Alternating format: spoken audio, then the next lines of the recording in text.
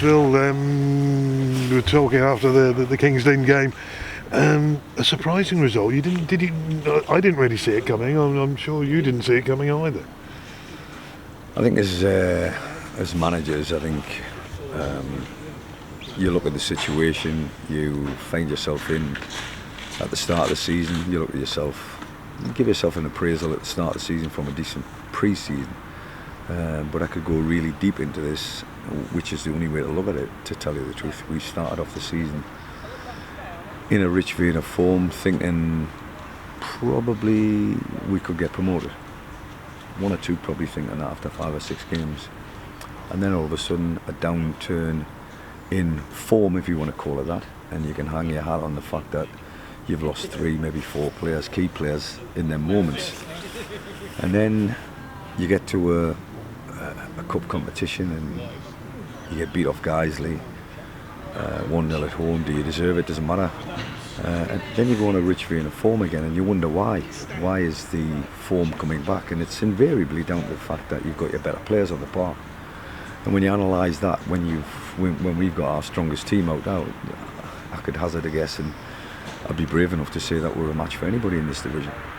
But I'm not going to bemoan that. I'm not going to complain about that. Every team in this division has got a squad of players, whether that squad can extend down to 15, 16 or 25, 26.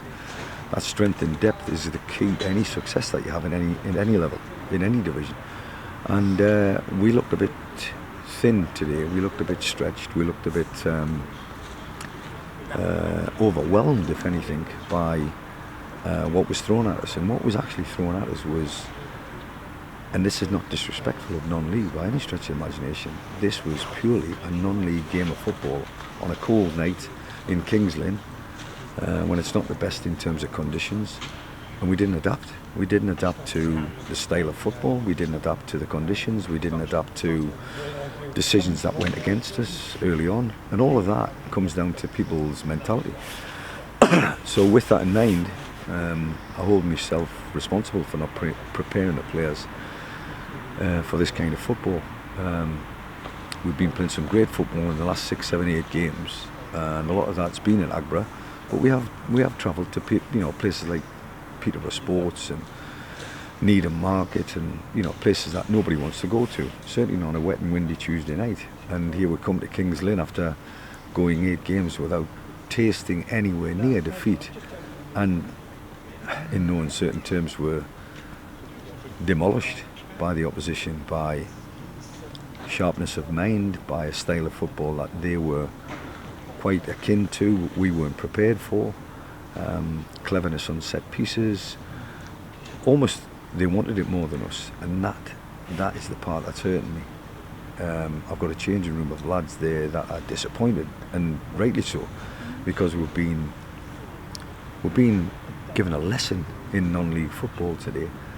And I'm not saying that we are a league team by any stretch of the imagination. We're a non-league team, and we have to understand that. Like nights like tonight, we've got to roll the sleeves up and match the opposition, and we didn't. Quite simply, we didn't. And you can say I picked the wrong team, I picked the wrong system, I picked the wrong people. It's none of that. I wasn't prepared, and I didn't prepare the players for tonight's encounter. Consequently, Kings Lynn have walked away with it. Phil, you look at some of the. Is there any plus points to take out of it? At times, Harriers were knocking the ball about on a difficult surface, and looking menacing, looking threatening. I think the only menacing part was when we were chasing a goal down, and then consequently a second goal down. The best chance of the game came to Omari to make it 2-1 going in at half time. You're thinking, yeah, we've got something to hang our hats on. That's too late as far as I'm concerned. You've got to be mentally prepared for being a goal down at any stage in any game. You can't disrespect the opposition, and I think that's what we've done. And again, that's why I hold my hands up as a manager. I hold myself responsible for the preparation of the players, and if they haven't respected Kings Lynn, well, that's the reason why we got defeated, not just defeated, humiliated tonight. You also have to look at it as well, the Phil, sort of the sending off of Cam Condola, sort of in between the third and fourth goal, sort of how much that would have had an impact on it, but it obviously upset the side as well. whatever could go wrong did go wrong, if truth be known. You know, we've got players. We finished the game with 10 men, we know that, but we finished the game with Noah Rubio in the middle of the park where he doesn't play. We finished off with Malik in the middle of the park where he's naturally a wide player, an attacking player. I had to take David Davis off because he's on 4 yellow cards. I had to take Reece McNally off because he's on 4 yellow cards. Would I have considered that at 1-0 or 2-0? No. That's the reason why they play, and that's the reason why the card system is in place. But I had to be thinking down the line, and today was damage limitation at the end of the game, and trying to get something out of it, i.e. Players not being suspended for games further down the line. Fortunately, we've got away with 2 of them, possibly 3 of them in Riley Reynolds, who was hanging on to his second yellow card by the skin of his teeth. But we unfortunately lost Cam, which is something that we're going to have to address. You look at players, coming back from injury. You got Zach Brown coming back. Obviously, perhaps not saying abundance of riches, but an opportunity to perhaps change a few things. We've got to tackle this by understanding what happened tonight. My experience helps me to understand when we got young players out there. They're probably thinking, "What am I talking about?" When I'm discussing how we react to this, how we respond to this, how we trying to put this on the wave behind, but learn from it. They're all the things that young players don't understand. The older ones are in there, knowing full well what I'm talking about, and we have to dress ourselves down tomorrow. It starts tomorrow.